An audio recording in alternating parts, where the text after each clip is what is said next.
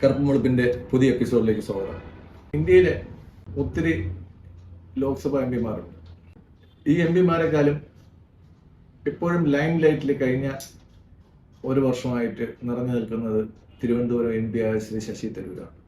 ശ്രീ ശശി തരൂര് നിറഞ്ഞു നിൽക്കുന്നതിനകത്ത് പലവിധ കാരണങ്ങളുണ്ട്, പലവിധ സ്പെക്കുലേഷൻസ്.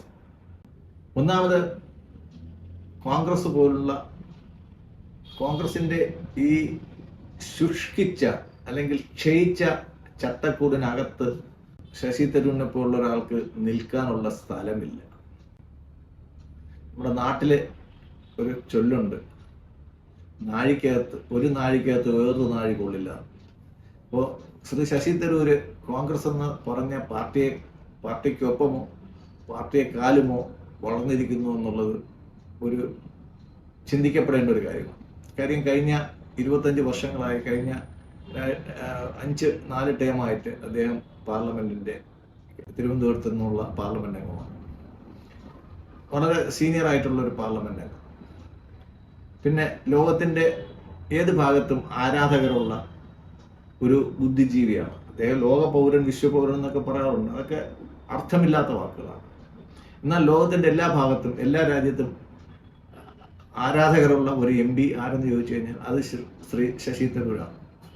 അദ്ദേഹം പലവിധ വിവാദങ്ങളിൽ ഉൾപ്പെട്ടിട്ടുണ്ട്. ഇടയ്ക്ക് ക്രിക്കറ്റിന്റെ ഒരു ഫ്രാഞ്ചൈസി ഉണ്ടാക്കിയപ്പോഴത്തേക്ക് അതിനകത്ത് അഴിമതി വന്നതുകൊണ്ട് അദ്ദേഹത്തിന് കേന്ദ്രമന്ത്രിസഭയിൽ നിന്ന് രാജിവെക്കേണ്ടി വന്നിട്ടുണ്ട്. അദ്ദേഹത്തിന്റെ ഭാര്യ സുനന്ദ പുഷ്കറുമായിട്ട് ബന്ധപ്പെട്ട വിവാദങ്ങളുണ്ട്. അവരുടെ മരണവുമായിട്ട് ബന്ധപ്പെട്ട വിവാദങ്ങളുണ്ടായിരുന്നു. ഒരു പാകിസ്ഥാനി പത്രപ്രവർത്തകയായിട്ട് ചില ബന്ധങ്ങളുണ്ട് എന്നുള്ള രീതിയിൽ ചില ഊഹാപോഹങ്ങൾ ഉണ്ടായിട്ടുണ്ട്. അപ്പോഴൊക്കെ ഈ കഴിഞ്ഞ 20 വർഷങ്ങളിലും എല്ലാ മാസവും ഏതെങ്കിലും ഒരു വാർത്തയിൽ പുള്ളിക്കാരൻ ലൈം ലൈറ്റിൽ നിൽക്കുന്നു. ഇപ്പൊ ലേറ്റസ്റ്റ് ആയിട്ടുള്ളത്, ഇപ്പൊ കോൺഗ്രസ് ഇതുവരെ ഉള്ളത്, കോൺഗ്രസ് അധ്യക്ഷനായിട്ട് മത്സരിച്ചു എന്ന് പറയുന്ന മഹാപരാധം പോലും അവര് ക്ഷമിച്ചു.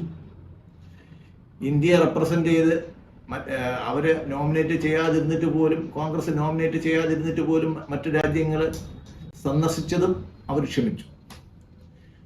അപ്പോഴൊക്കെ ഓരോ ഇമ്പാക്റ്റ് അല്ലെങ്കിൽ ഒരു ആക്ഷൻ പ്രതീക്ഷിച്ചുകൊണ്ട് തന്നെയാണ് ശ്രീ ശശി തരൂര് മുന്നോട്ട് പോയിക്കൊണ്ടിരിക്കുന്നത്.